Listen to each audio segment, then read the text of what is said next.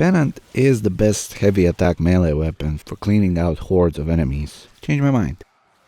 One of the reasons behind it is its passive ability of increasing attack speed for every heavy attack kill. And it increases it a lot. It's kinda like Berserker Prime. Attack speed's buff duration depends on combo multiplier at the time of the kill, while the amount of attack speed you get basically depends on how many enemies you kill. It's not easy to keep track of it, but to be fair, you won't have to, just swing more.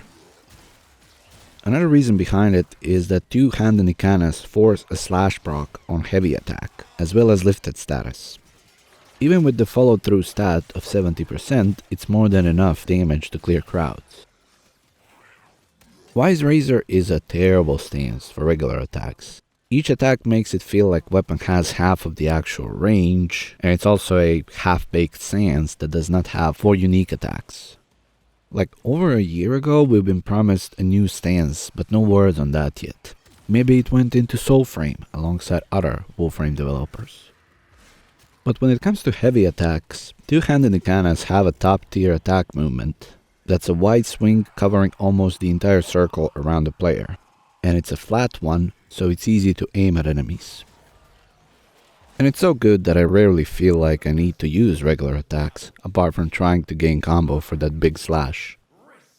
Because as we know, forcing bleed procs is as strong as it gets when it comes to dishing out damage that scales with any level of enemies. But being able to do that rapidly is a Pennant's job. Its passive attack speed increase is so strong that I do not even use any attack speed mods on any of my builds for it. It's your classic heavy attack build. Critical chance, critical damage, corrupt charge, killing blow, range, and viral. My Riven is not maxing out the single target damage, considering it has range, but that extra critical chance helps to have a total of about 250% critical chance on heavy attacks. Lots and lots of ginger crits. Viral damage does not increase bleeding as we know, but it's good for initial damage. If you intend to stay longer to stress the Pennant, I suggest ignoring viral and increasing that critical potential, as it's a known way to increase proc damage from that forced bleed. Adding Blood Rush to this with Sacrificial Steel and the critical chance on the Riven will put you at about 450% total critical chance at 12x combo heavy attack. That's a devastating amount of bleeding. You'll notice that I run Prime Pressure Point here, but Condition Overload is also great. Difference is that Prime Pressure Point is there to one-shot more, while Condition Overload is there for enemies you know will take more. Considering Pennant forces bleeding and lifted status on heavy attack, Condition Overload is more than viable option, even if you don't prime your enemies, because your second heavy attack will already do as much damage as it would do if it was with Prime Pressure Point. And here I'm running frames without any buffs to damage, so you will be able to beat numbers and effectiveness you're seeing here. Now, there is a catch to this. See, Corrupt Charge takes time to recharge combo after a heavy attack. And that's a non-issue with most weapons, because their heavy attack is not fast enough to break this. Pennant's is, meaning that once you start attacking too fast, you're no longer gaining the combo benefit.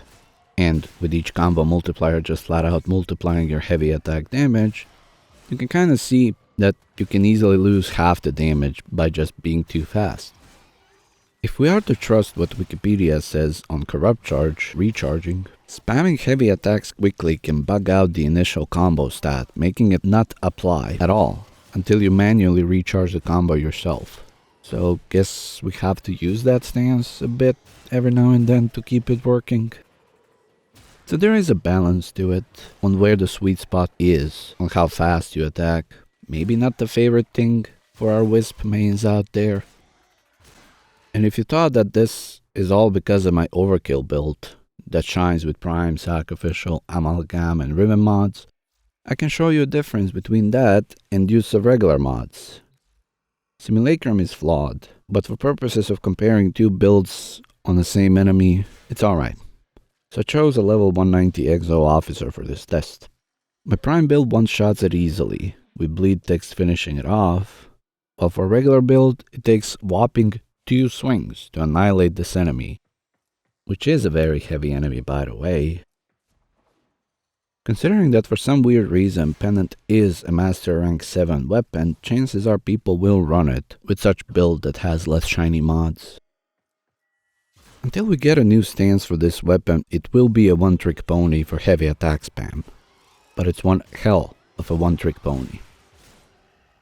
And with an overkill melee build like one I have here on Valkyr, you can see that nothing is a real enemy. And Corrupt Charge flaw makes for an argument to use a heavy attack efficiency mod for this weapon. So probably a thing to consider if you plan to stay for a while with this weapon and try to scale against the heaviest enemies. This should be enough info for you to make your own Pennant build that fits your needs with trade-offs that you can play around.